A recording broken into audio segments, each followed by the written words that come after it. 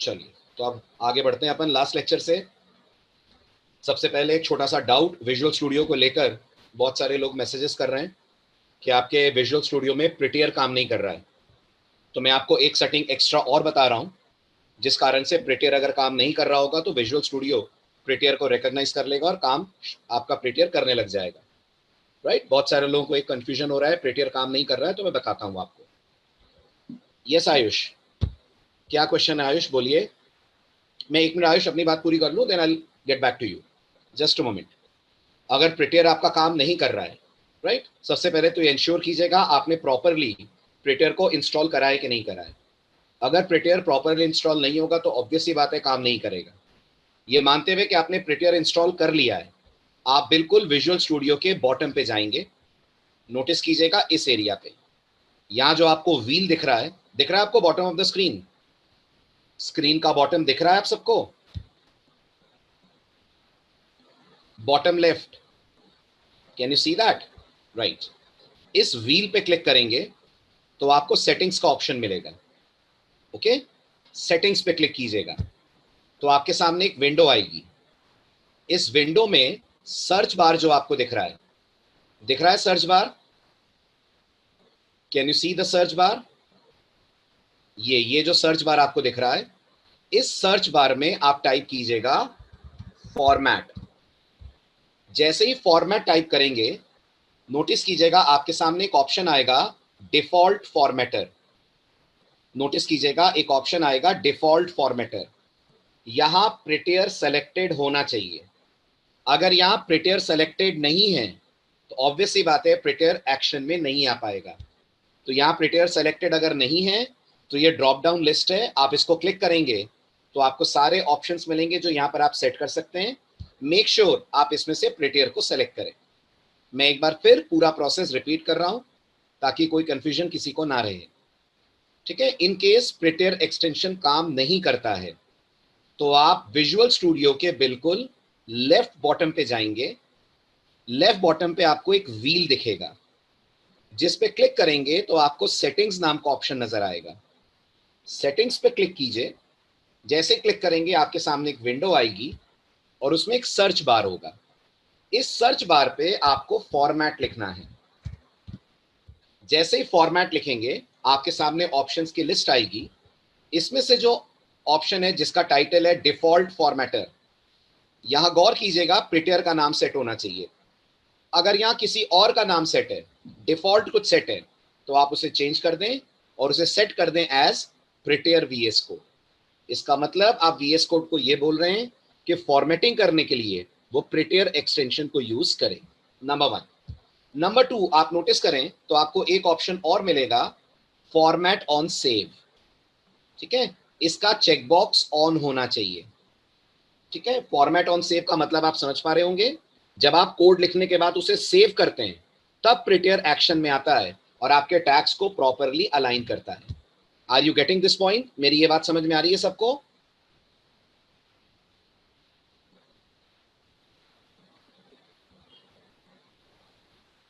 Good.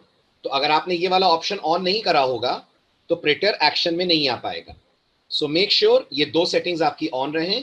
Default formatter में prettier का नाम सेट होना चाहिए और फॉर्मेट ऑन सेव का चेकबॉक्स ऑन होना चाहिए। अगर ये होगा तो प्रिटियर एक्शन में आ पाएगा, अदरवाइज आपका विजुअल स्टूडियो अपने डिफॉल्ट सेटिंग्स के हिसाब से सेटिंग्स को चेंज करता रहेगा। सो मेक श्योर आप ये एक्सटेंशन सेट जरूर करें। ठीक है, yes Ayush, what was your question?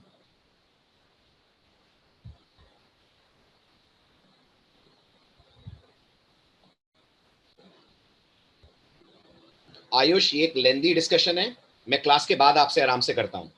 In short में आपको बता देता हूं रेस्टफुल एपीआईज क्या होती हैं।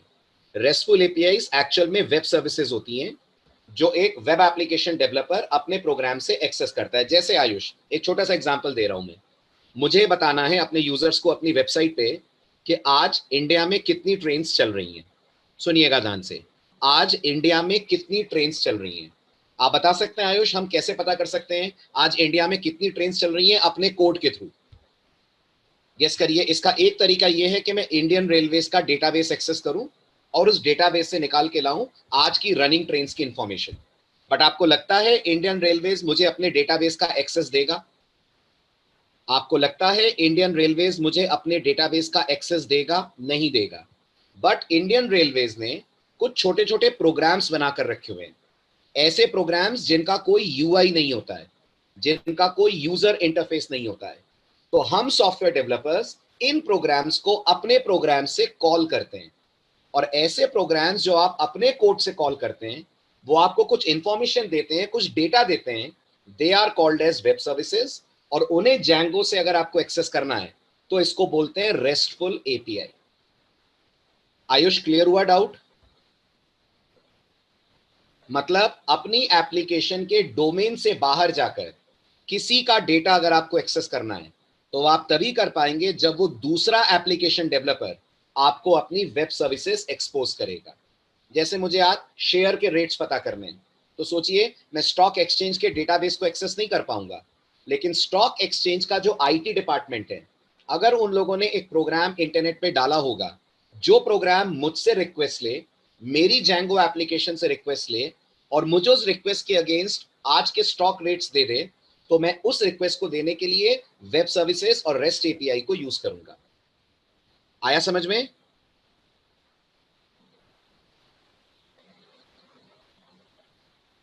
हाँ बिल्कुल बिल्कुल, आप वैसा ही मान लीजिए, वैसा ही मान लीजिए। बस पेमेंट के गेटवेज होते हैं, राइट? पेमेंट के लिए हम लोग गेटवे वर्ड यूज करते हैं, और जब हम कोई डेटा ले रहे होते हैं अपनी साइट पे दिखाने के लिए किसी दूसरी एप्लीकेशन से, तो हम मानते हैं कि वो एप्लीकेशन हमें अपनी वेब सर्विस दे रही है। वेब सर्विसेज का कोई जीयूआई नहीं होता, वो सिर्फ इंटरनेट पे ऐसे प्रोग्राम्स होते हैं जो आपसे कुछ डेटा लेते हैं, उसको प्रोसेस करते हैं, और उसके अगेंस्ट आपको कुछ रिस्पॉन्स दे देते हैं।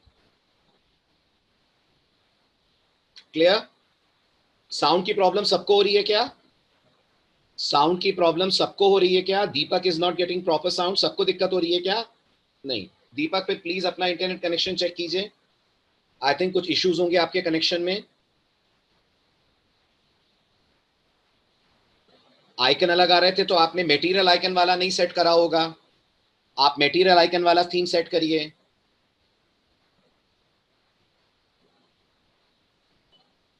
तो मटेरियल आइकन सेट नहीं करा होगा आप लोगों ने, मटेरियल आइकन को सेट कर दीजिए, हो जाएगा, राइट? या फिर आप लोग मुझे स्क्रीनशॉट भेज दीजिएगा, मैं बता दूंगा आपके कोड में क्या दिक्कत हो रही है। ओके, मैं अपना नंबर शेयर कर लूंगा, मेरे नंबर पे मुझे आप व्हाट्सएप कर सकते हैं। Okay, shall we proceed? आगे बढ़े अब? ठीक, चलिए तो अब आगे बढ़ते हैं। अपन ने लास्ट लेक्चर में हेड के 3 चाइल्ड टैग्स पढ़ लिए थे। कौन कौन से पढ़ लिए थे बताइए? What all child tags we have covered? Fast. Number 1 is title.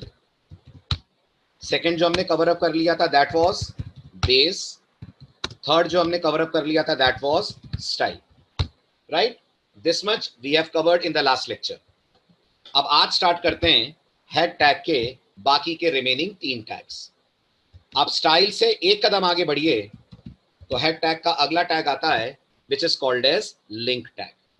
Okay, तो आप समझिए what is the purpose of link tag.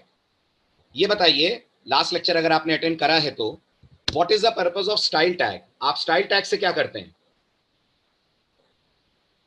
आप स्टाइल टैग से सीएसएस कोडिंग अपने वेब पेज के अंदर ऐड करते हैं। ओके, आपको अपने वेब पेज में अगर एचटीएमएल एलिमेंट्स को स्टाइल करना है तो वो आप करते हैं with the help of CSS. अब ये बताइए, जब आप एक वेब एप्लीकेशन बनाएंगे तो आपकी वेब एप्लीकेशन में एक पेज होगा कि एक से ज्यादा पेजेस होंगे? Will your application contain one page और multiple pages? Of course multiple pages. आप सोचिए, आपके हर पेज में जो पैराग्राफ है, आपके हर वेब पेज में जो पैराग्राफ है, आपको उस पैराग्राफ का कलर रेड करना है, आपको उस पैराग्राफ का कलर रेड करना है। तो लास्ट लेक्चर में जो आपने तरीका पढ़ा, अगर हम उसे फॉलो करते हैं तो हमें हर वेब पेज के हेड में स्टाइल टैग लगाकर पैराग्राफ के लिए रेड कलर का सीएसएस रूल सेट बनाना पड़ेगा। आई रिपीट, अगर 5 वेब पेज होंगे तो मुझे सीएसएस कोडिंग 5 बार लिखनी पड़ेगी, हर जगह में सेम कोड को रिपीट करूंगा। अगर आपको लगता है आप इससे बचना चाहते हैं तो फिर एक ऐसा तरीका भी है जिसमें आप एक सीएसएस फाइल बनाएंगे और अपने सारे एचटीएमएल पेजेस से उस CSS फाइल को कनेक्ट कर देंगे। वो एक CSS फाइल सारे पेजेस के लिए common CSS rule sets contain करेगी। बताइए इसका सबसे बड़ा फायदा क्या होगा? इसका सबसे बड़ा फायदा क्या होगा? पहला, आपको कोड बार बार लिखना नहीं पड़ेगा। आई होप आप लोगों ने प्रोग्रामिंग में ये वर्ड सुना होगा। Have you heard this word, code redundancy? सुना है? कोड रिडंडेंसी का मतलब होता है आप अननेसेसरी अपने प्रोग्राम में कोड रिपीट कर रहे हैं, तो आपके इस रिपीटेशन को बचाने का काम करता है ये पर्टिकुलर लिंक टैग। सो अगर आपको अननेसेसरी रिपीटेशन से बचना है, आप चाहते हैं आप कोड को लिखें एक बार, इफेक्ट हर जगह दिख जाए, तो यूज करते हैं आप लिंक टैग। दूसरा बेनिफिट, क्या ऐसा हो सकता है कि फ्यूचर में आप अपनी साइट का लेआउट चेंज करें? क्या ऐसा हो सकता है फ्यूचर में आप पैराग्राफ्स का, फॉन्ट का कलर वगैरह बदलें?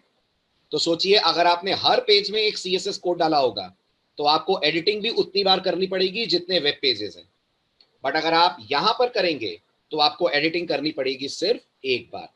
आपका सबसे बड़ा बेनिफिट होगा, आपको एडिटिंग करनी पड़ेगी सिर्फ एक बार। एक ही बार आप एडिटिंग कर पाएंगे, आपकी सारी प्रॉब्लम सॉर्ट आउट हो जाएगी। Is it clear? बात समझ में आई? राइट, तो अब आते हैं लिंक टैग पे। तो लिंक टैग, जैसा मैंने कहा आपसे, लिंक टैग का पहला इंपॉर्टेंट बेनिफिट है, it allows us to link external files to our current web page, to our current web page। जो आपका करंट वेब पेज है उस पे अगर आप कोई एक्सटर्नल फाइल लिंक करना चाहते हैं तो इस काम को करने के लिए आप यूज करेंगे लिंक टैग। ठीक है? Primarily we use the link tag to connect an external CSS file to our web page। अच्छा, ये एक्सटर्नल का मतलब समझ रहे हैं? एक्सटर्नल का मतलब समझ रहे हैं? एक ऐसी CSS फाइल जो आपके वेब पेज से अलग आपने बनाई है। लास्ट टाइम आप याद कीजिए, हमने HTML में ही CSS का कोड डाल दिया था, तो उसे बोलते हैं अपन इंटरनल CSS, उसे अपन बोलते हैं इंटरनल CSS। आज अपन बनाएंगे एक्सटर्नल CSS, जिसमें सेपरेट एक फाइल बनेगी, उसमें सारी CSS कोडिंग होगी और वो हम अपने मल्टीपल वेब पेजेस के साथ कनेक्ट कर लेंगे। Okay, now what is the syntax of link tag, वो भी समझिए। लिंक टैग का जो सिंटेक्स होगा वो होगा, आप लिंक लिखेंगे, इसके बाद इसका एक एट्रीब्यूट होता है रेल, ओके, इसका दूसरा एट्रीब्यूट होता है टाइप, ओके, और इसका तीसरा एट्रीब्यूट होता है href। फाइन, लिंक टैग भी सिंगलटन टैग है, बेस की तरह इसका भी कोई क्लोजिंग आप नहीं देते हैं, क्लोजिंग देने की आपको जरूरत नहीं पड़ती है। ओके, सो अगर मैं इसका एग्जाम्पल लूं, फॉर एग्जाम्पल मैंने लिखा लिंक, सबसे पहले आएगा रेल।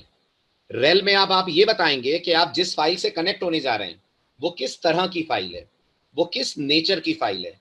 तो आप बताइए हम जिससे कनेक्ट होंगे वो कौन सी फाइल है, वो जावास्क्रिप्ट फाइल है कि CSS फाइल है, क्या है? CSS है। तो हम लोग यहाँ पर स्टाइल शीट मेंशन करते हैं, राइट? ये फिक्स वैल्यू है। अगर आप CSS से कनेक्ट होना चाहते हैं तो आप यहाँ पे मेंशन करेंगे स्टाइल शीट। उसके बाद आप बताएंगे जिस फाइल से आप कनेक्ट हो रहे हैं वो किस नेचर की फाइल है, तो ऑब्वियस ही बात है वो text/CSS है, ऑब्वियस ही बात है वो text/CSS है। एंड फाइनली आप यहां पर बताएंगे href के अंदर उस पर्टिकुलर फाइल का नाम। मान लीजिए मैंने अपने फाइल का नाम रखा mystyles.css, तो मैं यहां लिखूंगा mystyles.css। अब ये जो mystyles.css है, इसके अंदर जो भी कोड अपन लोगों ने डाला होगा वो ऑटोमेटिकली हमारे करंट वेब पेज पे अपना इफेक्ट दिखा देगा, राइट? तो अगर आपको अपने वेब पेज से CSS फाइल लिंक करनी है तो आप लिंक टैग के इस पर्टिकुलर वर्जन को यूज करेंगे। To link a CSS file with our web page, will go for this model. Okay, now let's do the practical. अब इसका अपन प्रैक्टिकल इंप्लीमेंटेशन करते हैं तो आपको ज्यादा बेटर मेरी बात समझ में आएगी। As usual, let's get back to visual studio. Okay, visual studio में हमेशा की तरह एक नई फाइल मैंने बनाई, इस बार नाम दिया example4.html। ठीक है, example4.html के अंदर हमने अपना बेसिक कोड लिखा, एज यूजुअल स्टार्ट करा विद डॉक टाइप के बाद HTML के बाद टाइटल टैग के बाद माई होम पेज, सपोज करिए this is my home page. इसके बाद मैं यहां पर मेंशन करूंगा, हेड टैग की क्लोजिंग कर रहा हूं, CSS फाइल पहले बना लूं, फिर आकर मैं यूज करता हूं लिंक टैग को, राइट। तो हेड टैग मैंने क्लोज करा, सॉरी ओपनिंग भूल गया था मैं, हेड टैग को मैंने क्लोज करा। ठीक है, ये सारी फॉर्मेटिंग अपने आप अपन को मिल जाएगी जैसे ही अपन पेज को सेव करेंगे, तो फॉर्मेटिंग की चिंता मत कीजिएगा। अब आते हैं बॉडी पे। बॉडी के अंदर मैं ऐड करता हूं एक para, this is my home page, right. इसी तरह से गेस करिए मैं एक पेज और बनाता हूं, इसका नाम देता हूं मैं example5.html। और इमेजिन करिए example5 के अंदर भी मैंने कुछ कोड डाला और ये मेरा कॉन्टैक्ट पेज है, सपोज करिए यहां मेरी कॉन्टैक्ट डिटेल्स हैं। तो मैंने यहां पर लिखा है you can call me at, right, suppose कीजिए मेरा नंबर, दिस नंबर, और मेल मी एट sharma.computer.academy@gmail.com।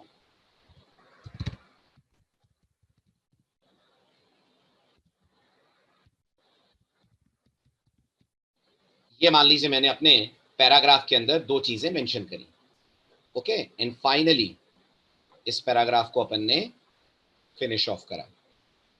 अब मैं चाहता हूं ये जो दो पैराग्राफ्स हमारे पास हैं, इन दोनों पैराग्राफ्स के ऊपर इफेक्ट हम CSS के थ्रू ला पाए कलर का। तो ये करने के लिए हम एक एक्सटर्नल CSS फाइल बनाते हैं, राइट। CSS फाइल का नाम मैं दे रहा हूं mystyles.css। नोट कीजिएगा एक्सटेंशन .css होना कंपलसरी है, वरना ब्राउजर रिकॉग्नाइज नहीं कर पाएगा कि आप एक CSS फाइल बना रहे हैं। ओके, mystyles.css के अंदर आने के बाद मैं यहां पर सीधे कोडिंग लिखूंगा। याद रखिएगा यहां पर कोई आपको स्टाइल वगैरह नहीं लिखना है, सीधे अपना रूल सेट आप स्टार्ट कर देंगे। तो मैंने p टैग लिखा, और p टैग के अंदर जैसा लास्ट लेक्चर में आपने सीखा, मैंने यहां मेंशन करा कलर, और सपोज करिए मैंने यहां मेंशन करी फॉन्ट साइज मैंने अपनी तरफ से दी 20 पिक्सल्स। नाउ आई वांट ये वाली जो CSS फाइल मैंने बनाई है, किस नाम से बनाई है बताइए, किस नाम से बनाई है मैंने CSS file? Very good, mystyles.css।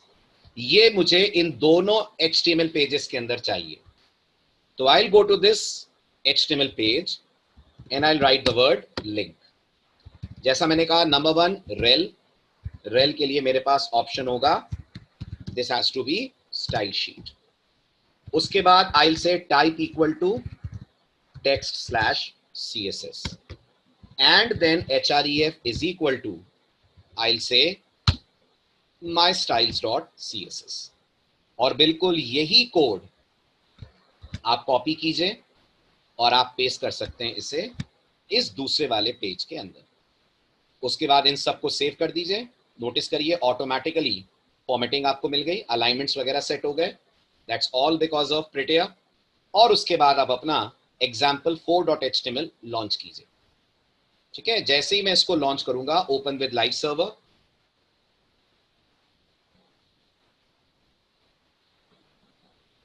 Notice करिए आपको example4 के अंदर फॉन्ट का कलर रेड दिख रहा है पैराग्राफ का, और फॉन्ट की जो साइज है वो दिख रही है 20 पिक्सल। ऐसे ही अपन स्टार्ट करते हैं अपने दूसरे वाले पेज को, इसे भी करते हैं ओपन विद लाइव सर्वर। तो आप नोटिस करिए इस पे भी आपको इफेक्ट देखने को मिल रहा है। नहीं, और भी बता रहा हूं क्या कर सकते हैं, बहुत तरह की फाइल ऐड कर सकते हैं, ये एक एग्जाम्पल है। आया सबको समझ में, क्लियर हुआ? ये फर्स्ट एग्जाम्पल समझ में आया, राइट। आप सपोज करिए मैं चाहता हूं मेरे पास जितने भी पैराग्राफ्स हैं, ध्यान दीजिएगा, मेरे पास जितने भी पैराग्राफ्स हैं सब पे एक बॉर्डर आ जाए। मैं चाहता हूं जितने भी पैराग्राफ मेरे वेबसाइट में हैं, सारे पैराग्राफ्स पे एक बॉर्डर आ जाए। तो बताइए मुझे क्या चेंज करना पड़ेगा? मुझे कहां चेंज करना पड़ेगा? मुझे चेंज करना पड़ेगा सिर्फ माई स्टाइल्स में आकर। क्या करना पड़ेगा? बॉर्डर से रिलेटेड कोड लिखना पड़ेगा। वो कोड आपको अभी नहीं पता, वो आप सीएसएस पढ़ेंगे तो समझ में आएगा, बट मैं लिख के दिखा रहा हूं आपको कि वो करते कैसे हैं। उसके लिए सीएसएस हमें एक प्रॉपर्टी देती है जिसका नाम होता है बॉर्डर, राइट? आप बताइए आपको बॉर्डर कैसा चाहिए? तो मैं चाहता हूं जो बॉर्डर हो वो डैशेस का हो, तो मैंने कह दिया डैश का बॉर्डर आना चाहिए। कितना थिकनेस होनी चाहिए बॉर्डर की? मैंने कहा बॉर्डर की थिकनेस 2 पिक्सल की होनी चाहिए। किस कलर का बॉर्डर चाहिए? मैंने कहा मुझे ग्रीन कलर का बॉर्डर चाहिए, राइट? आप नोटिस करिए, मैं चेंज करूंगा माई स्टाइल्स के अंदर, और जैसे ही हम जाकर अपने पेज को चेक करेंगे, दोनों ही पेजेस के पैराग्राफ पे चेक कीजिए, आपको बॉर्डर ऐड हुआ जाएगा। Got it?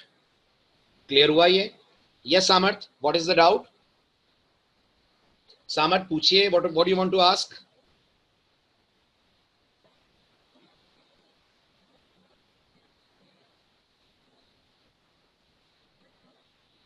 सेम तरीके से करेंगे नोटपैड में, कोई डिफरेंस नहीं है। Very good. नहीं, वो लिंक टैग से नहीं होगा यश। अगर आपको एग्जाम्पल 5 से एग्जाम्पल 4 पे जाना है तो वो एंकर टैग से होगा। वो हम अभी पढ़ेंगे, आज नहीं तो कल के लेक्चर में, जब हम बॉडी टैग की डिटेल्स पढ़ेंगे। अगर आपको दो HTML पेजेस आपस में कनेक्ट करते हैं with the help of that clicking, तो वो क्लिकिंग वाला इफेक्ट आपको एंकर टैग देगा। ओके यश, डाउट सॉल्व? समझ? नोटपैड में करने में ऐसी कोई बड़ी बात नहीं है, आप नोटपैड में वैसे ही काम कर सकते हैं जैसे आप आईडी के अंदर कर रहे हैं। फिर भी मैं दिखा देता हूं, स्टिल इफ यू वांट मैं आपको शो कर देता हूं नोटपैड में काम कैसे होगा।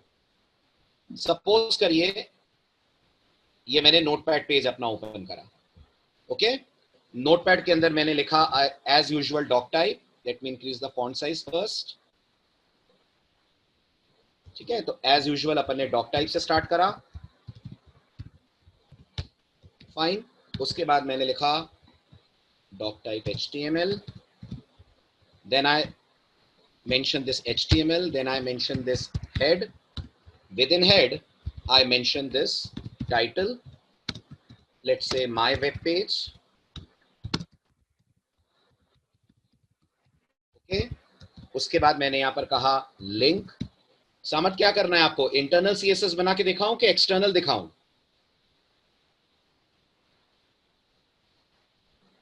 किस में डाउट है आपको? एक्सटर्नल दिखाऊं, ओके। तो मैंने लिंक लिखा, rel is equals to style sheet करा मैंने,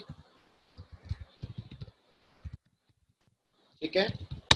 then type is equals to, I said text slash CSS, href is equals to my CSS styles, different नाम दे रहा हूं, डॉट CSS, ओके? इसको क्लोज करा मैंने, हेड टैग को क्लोज करा, बॉडी में आए, ओके? बॉडी के अंदर मैंने डिजाइन करा एक, मान लीजिए हेडिंग डिजाइन करी। हेडिंग अभी हम पढ़ने वाले हैं थोड़ी देर में, ओके? हेडिंग का टाइटल मैंने डाला, मान लीजिए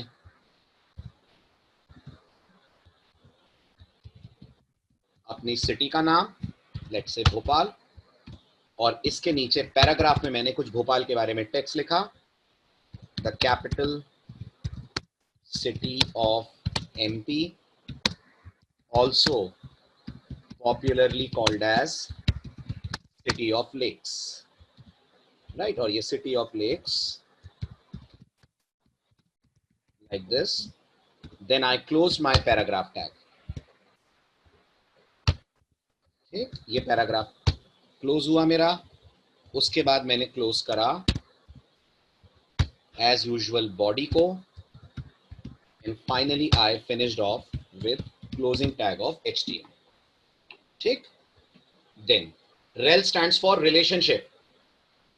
अंशुमन, रेल का मतलब होता है रिलेशनशिप, मतलब जिस डॉक्यूमेंट से आप कनेक्ट हो रहे हैं वो डॉक्यूमेंट किस नेचर का डॉक्यूमेंट है, राइट? और इसकी वैल्यूज फिक्स होती हैं, फिक्स होती हैं। अभी मैं एक और एग्जांपल दिखाऊंगा तो वो आपको और क्लैरिफिकेशन दे देगा, ठीक है? तो ये मैंने H1 लिखा, ये मैंने पैराग्राफ लिखा, फाइन। अब मैंने इस वेब पेज को सेव करा, सेव एक डिफरेंट लोकेशन पे कर रहा हूं, अपने उसी फोल्डर में नहीं जा रहा हूं मैं, ताकि अननेसेसरी वीएस कोड के अंदर फिर मुझे रीलोड ना करना पड़े कुछ। डी ड्राइव में आया, डी ड्राइव में आकर मैंने एक डाउट्स नाम का फोल्डर बनाया, सपोज करिए। इनसाइड दिस डाउट्स फोल्डर मैंने home.html को सेव करा, तो ये हमारा home.html सेव हो गया। अब my css styles.css को बनाते हैं अपन। So I again open a new file in Notepad, और मैं चाहता हूं मैं हेडिंग और पैरा दोनों के लिए कुछ CSS कोड्स लिखूं। तो मैंने H1 के लिए CSS कोड लिखा, इसका जो कलर हो वो मान लीजिए ब्लू हो जाए, फाइन। और पैरा के लिए मैंने CSS कोड लिखा, पैरा का जो कलर है वो सपोज करिए ग्रीन हो जाए, और पैरा पे जो बॉर्डर है वो इस बार मुझे सॉलिड चाहिए, 2 पिक्सल्स का चाहिए, और रेड से रेड कलर का चाहिए। ये हो गया मेरा CSS कोड। गौर करिएगा, सेव उसी फोल्डर में करेंगे जहां ये HTML पेज सेव्ड है, राइट। तो मैंने इसको सेव करा, नाम भी एग्जैक्टली वही देना है, my css styles.css। तो इसको सेव करा मैंने, my css styles.css, ठीक है। डबल कोट्स लगा रहा हूं मैं नोटपैड में, इस पे भी ध्यान दीजिएगा।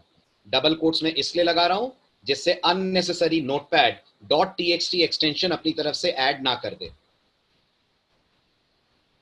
राइट।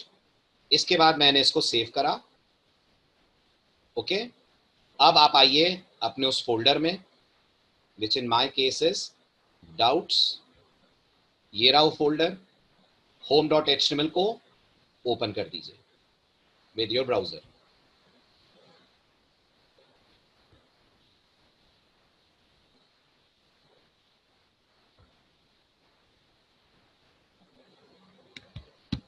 यहां से कर लेते हैं, चलिए कंट्रोल ओ,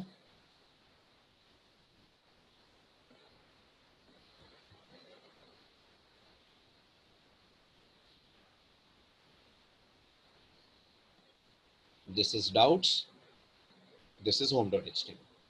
ये हो गया नोटपैड से डाउट सॉल्व।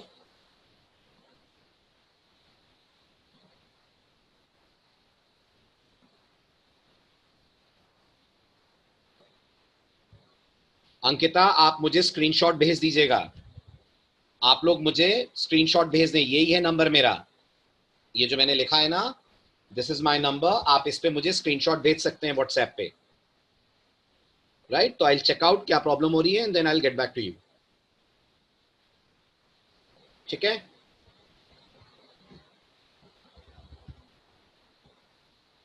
फाइन, चलें आगे। चलिए, तो जैसा मैंने आपसे कहा, इस तरह से आप अपने HTML पेज में कनेक्ट कर सकते हैं CSS कोड्स को। आगे बढ़े, नहीं कोई केस सेंसिटिव नहीं है, केस सेंसिटिव नहीं है, आप कैसे भी लिख सकते हैं, राइट। ओके, हाँ शुभम, बताता हूं आपको, बताता हूं, मैं ये पार्ट कंप्लीट कर लूं। चलिए, अब आता है नेक्स्ट पार्ट। अब आप पूछ रहे थे कि हम लिंक टैग से क्या सिर्फ CSS फाइल्स लिंक कर सकते हैं, तो मैं बता दूं नहीं, आप लिंक टैग की मदद से आइकन्स भी अपने वेब पेज पे ला सकते हैं। आइकन्स बोलिए, गौर कीजिएगा, मैं इमेज नहीं बोल रहा हूं, आइकन्स बोल रहा हूं।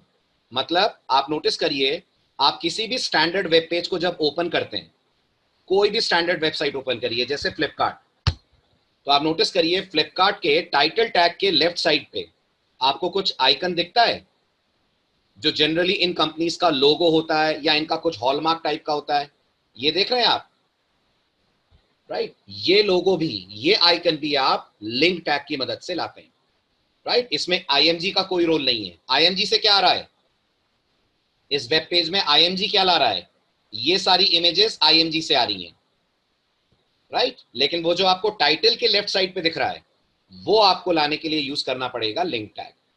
तो अब एक बार फिर सीखिए लिंक टैग का दूसरा मेजर यूज, ठीक है। नोट्स लिखता हूं पहले, फिर इसके प्रैक्टिकल पे आते हैं। तो अगर मैं इसको कंप्लीट करूं तो सेकेंड पार्ट हो जाएगा, another use of link tag is to attach icon, for example logo, in the title bar of our web page. कैसे करेंगे, नोटिस करिए, पूरी चीज एज इट इज कॉपी कर लीजिए और आइकन के हिसाब से इसमें चीजें चेंज होंगी। अब आप कॉमन सेंस लगाइए, आप जिससे कनेक्ट होने जा रहे हैं क्या वो स्टाइल शीट है? बताइए, आप जिससे कनेक्ट हो जा रहे हैं वो स्टाइल शीट है? नहीं, वो एक इमेज है। तो यहां आता है वर्ड आइकन, यहां आता है वर्ड आइकन, ये फिक्स है। ओके, देन टाइप में आप जिससे कनेक्ट हो रहे हैं वो एक इमेज है, फॉरवर्ड स्लैश इमेज का एक्सटेंशन, फॉरवर्ड स्लैश के बाद इमेज का एक्सटेंशन। एक्सटेंशन समझ रहे हैं ना? एक्सटेंशन समझ रहे हैं? GIF, PNG, JPG, जो भी आपको देना है। मान लीजिए मैंने कहा GIF, सपोज करिए ये PNG भी हो सकता है, JPG भी हो सकता है, और HREF में आप बताएंगे एक्चुअल इमेज। जो एक्चुअल इमेज आपको चाहिए उस एक्चुअल इमेज का नाम आप देंगे। राइट? अगर ये वाला सिंटेक्स आप फॉलो करते हैं तो आपके वेब पेज में अभी फिलहाल सिर्फ टाइटल आ रहा था, अब टाइटल के साथ साथ आइकन डिस्प्ले होना भी स्टार्ट हो जाएगा। तो इसका भी प्रैक्टिकल करके देखते हैं। हटा दूं ये? समझ में आ गया सबको? थ्योरी क्लियर है एवरीवन? अब आइए इसके प्रैक्टिकल पार्ट पे। तो आप नोटिस करिए मेरे पास जो फोल्डर है ऑनलाइन जैंगो, इसमें मेरे पास ये एक इमेज है cross.gif और एक इमेज है allow.gif। चेक करिए। राइट? मैं ये इमेज अपने वेब पेज के टाइटल बार में लाना चाहता हूं। I want this image should appear in the title bar of my web page. So what I have to do is, मान लीजिए मैं एग्जाम्पल 4 में लाना चाह रहा हूं इसे, तो मैं यहां लिखूंगा लिंक, लिंक के बाद मैं मेंशन करूंगा रेल, रेल की अब वैल्यू हो जाएगी icon, followed by type is equal to text. Extension देखा था आपने, उसका क्या था? इमेज का एक्सटेंशन देखा था, क्या था? Very good. सो आई से GIF और उसके बाद HREF इज इक्वल टू, तो VS कोड आपको खुद ही हेल्प दे देगा, allow.gif। ठीक है, सेव कीजिए आप इसे। एग्जाम्पल 4 अगर ओपन है तो आप नोटिस कीजिए आपको आपके वेब पेज के टाइटल बार के बिल्कुल लेफ्ट हैंड साइड पे नजर आ जाएगा आपका आइकन। क्लियर हुआ? इमेज सॉरी बिल्कुल बिल्कुल सही। यहां जो हम लिखेंगे वो इमेज लिखेंगे, my mistake, this should be image. But जैसा मैंने कहा गलतियों को कई बार ब्राउजर इग्नोर कर देता है, तो वो गलती आपको रन टाइम पे दिखी नहीं। ठीक है, that should be image. So it will be image/GIF और अब आप रिफ्रेश करिए आपको आइकन एज इट इज दिख जाएगा। हाँ, एक्सटेंशन तो बताना पड़ेगा, बिल्कुल आपको बताना पड़ेगा नहीं किस नेचर की फाइल है। ओके अच्छा, आप लोग से मेरी एक रिक्वेस्ट है, आप लोग जो क्वेश्चन पूछ रहे हैं ना मुझसे, वो एवरीवन कर दीजिए। आप इसे बहुत लोग क्वेश्चन प्राइवेटली पूछ रहे हैं तो बाकी लोग समझ नहीं पाते हैं कि मैं किस क्वेश्चन का आंसर दे रहा हूं, तो हो सकता है वो क्वेश्चन दूसरों के दिमाग में भी हो। तो आप जो क्वेश्चन पूछते हैं उसे प्राइवेट की जगह एवरीवन कर दीजिए। ओके चलिए, क्लियर हुआ? ये लिंक टैग के दोनों यूज समझ में आए? आगे बढ़ूं? चलिए, अब आता है next tag, very very crucial tag, and that tag is script tag. हाँ, कोड का स्क्रीनशॉट ले लें आप, बिल्कुल बिल्कुल ले लीजिए आप, जस्ट अ मोमेंट। और आप लोग प्लीज प्लीज प्रैक्टिकल्स करिएगा। ठीक है, जैसे ही जैंगो स्टार्ट होगा ये सारी चीजें यूज होने लग जाएंगी। तो अगर आप कभी HTML नहीं पढ़ चुके हैं, कभी आपने नहीं करा HTML पे काम, तो प्लीज प्रैक्टिस की आदत डालिएगा। दिस इज एग्जाम्पल 4, स्क्रीनशॉट ले लें आप, और ले लें तो डन लिख दीजिएगा। ठीक है, और बीच बीच में मैं कई बार एग्जाम्पल शेयर नहीं करूंगा, ये भी याद रखिएगा। हर बार एग्जाम्पल शेयर नहीं करूंगा मैं जानबूझ के रोक दूंगा कुछ दिन बाद एग्जाम्पल, ताकि आप अपना हैंड्स ऑन खुद करें। वरना मेरे गए बनाए गए कोड्स आप अपने ब्राउजर में चला के टेस्ट कर लेंगे और आपको लगेगा सब बढ़िया चल रहा है। So you have to put your efforts.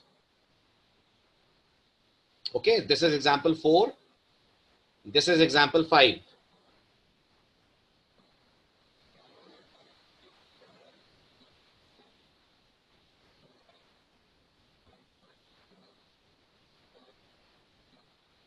वैभव, इसका ऑफिशियल उन्होंने कोई रिकमेंडेशन नहीं दिया है अभी तक.